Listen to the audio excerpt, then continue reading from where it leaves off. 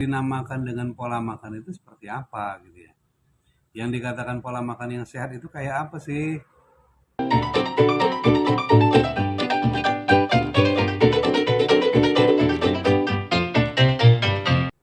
Oh, makannya yang enak-enak. Oh, ini makannya yang mahal-mahal gitu ya.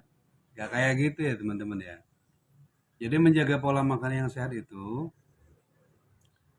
banyak sih kriterianya ya, tapi yang paling mudah itu kita memahaminya ya, mencukupi kebutuhan nutrisi yang seimbang. Itu salah satunya itu ya.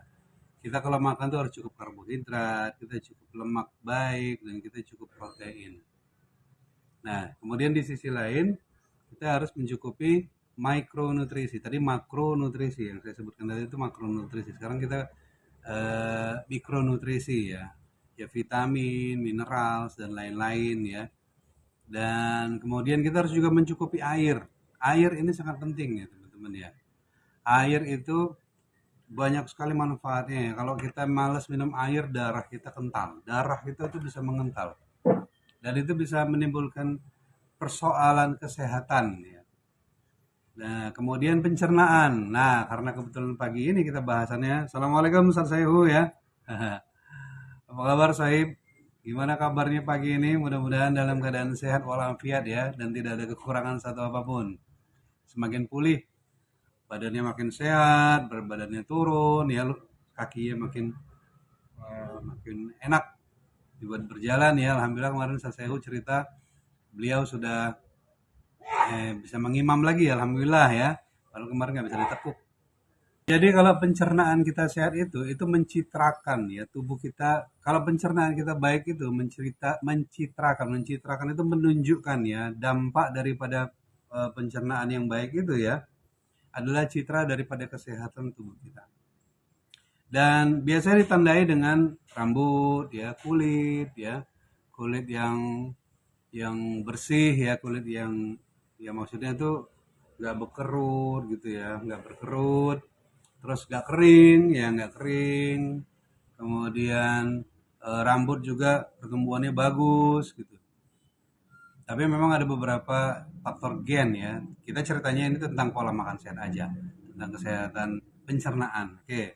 Nah, jadi kalau teman-teman pencernaannya bagus, kuku, kulit, rambut, tulang ya, dan organ-organ dalam tubuh itu semua bekerja dengan normal. Karena apa?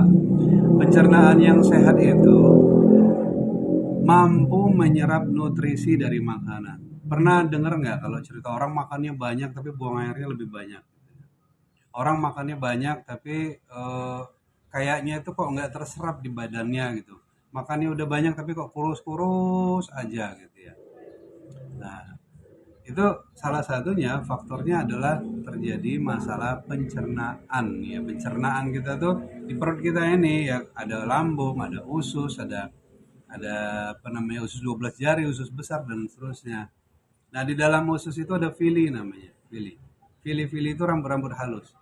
Rambut-rambut halus ini bisa rusak dan tertutup apabila kita tidak mengkonsumsi makanan yang cocok. Maksudnya itu makanan yang bersih gitu ya, makanan yang bersih itu kategorinya apa ya? Tidak terlalu mengandung lemak yang banyak. Nah, tidak tergantung apa namanya? Tidak mengandung lemak tinggi ya. Jadi seperti yang goreng, tapi bukan berarti teman-teman nggak boleh makan goreng-gorengan. Cuman intensitasnya itu jangan terlalu sering. Kemudian makan makanan yang seperti bergula tinggi gitu ya. Kalau yang berlemak tadi ya mungkin mentega, roti-roti, biskuit, ya kemudian mie instan yang termasuk juga itu makanan yang bergula tinggi juga ya. Terlalu banyak makan roti-rotian, mie, ya, nasi juga termasuk. Nasi bukan berarti tidak bagus ya teman-teman ya. Nasi itu karbohidrat yang bagus. Hanya saja kita mulailah belajar ya. Kita mulailah belajar untuk mengatur pola makan kita. Karena kalau pencernaan kita sehat ya, itu tergambar ya, tercitrakan di rambut, di kulit ya. Jika teman-teman sekarang coba deh iseng-iseng di kamar atau di ruangan tamu ada cerminnya, coba iseng-iseng lihat cermin ya. Kok aku kelihatan anu ya tua banget ya gitu ya. Padahal masih muda gitu, tapi kulitnya kok sudah keriput-keriput, kulit tangan kok sudah keriput-keriput kayak gitu ya. Aku tuh masih muda, tapi kok badan kok sakit-sakitan gitu. Nah, sakit-sakitan, kulit keriput, rambut gampang rontok, kuku kering, itu adalah citra. Citra dari kesehatan pencernaan kita.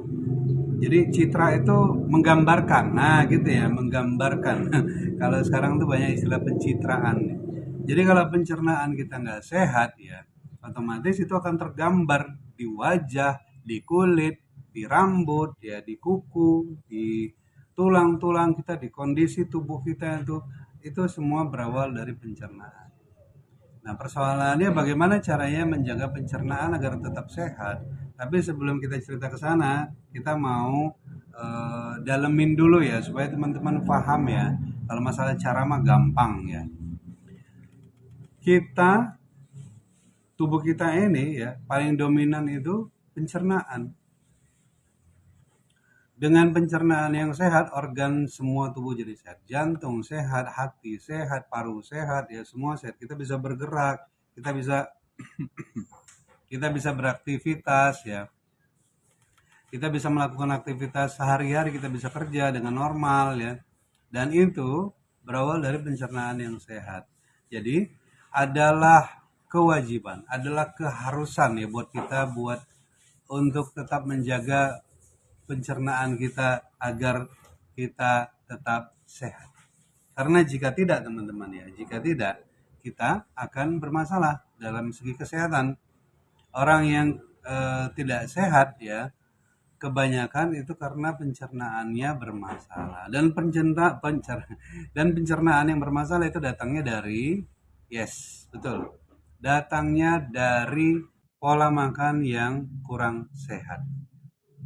Jadi kalau teman-teman gampang sakit perut ya, salah satu contohnya itu kembung, mual ya, apalagi ya, mungkin eh, apa namanya diare itu kan bikin kita kan jadi nggak pede ya, kita jadi penampilan kita pun jadi anu ya lesu gitu ya, kemana-mana kita juga tidak bersemangat gitu karena pencernaannya nggak sehat. Tapi kalau pencernaannya sehat kita tuh pede ya, pede, badan ringan ya, badan ringan mau kemana aja oke, mau kerja apa aja oke, nggak ada masalah dengan pencernaan.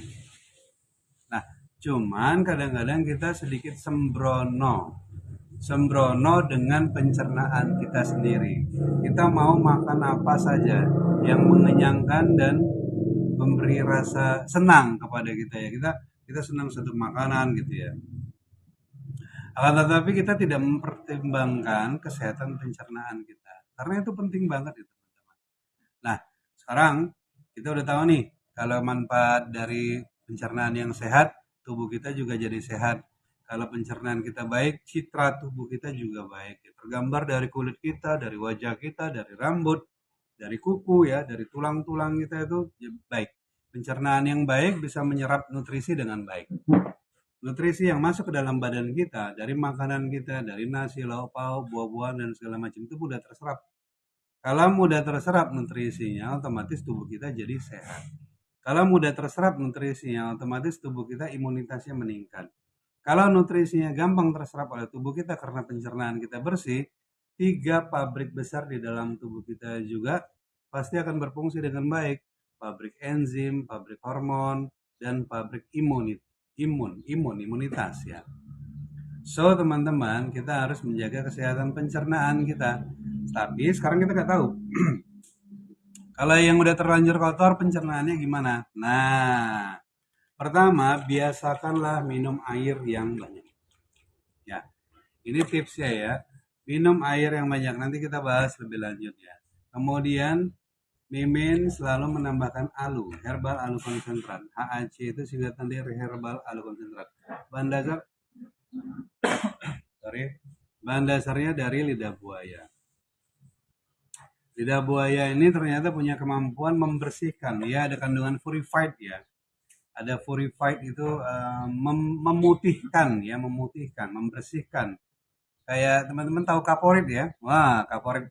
Kaporit kalau dimasukkan ke dalam air kan airnya jadi jernih. Nah, itu. Kaporit memiliki kemampuan purifying, memutihkan, membersihkan. Demikian juga ini herbal aloe konsentrat.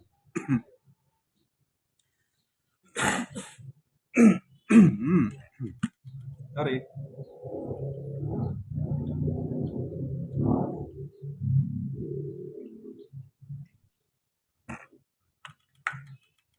Lalu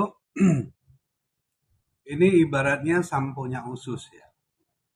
Jadi usus kita tuh disampoin, dibersihin dulu. Kenapa? Karena kita tadi udah cerita tentang metabolisme, tentang penyerapan nutrisi ya. Kalau ususnya nggak baik, kalau rambut-rambutnya kotor, rambut-rambut halus itu kotor, dan tidak menyerap mulut-mulut dia di depan rambut-rambutnya itu ada kayak mulut halus gitu ya. Itulah yang fungsinya buat menyerap nutrisi. Air, makanan dan semuanya itu diserap oleh tubuh.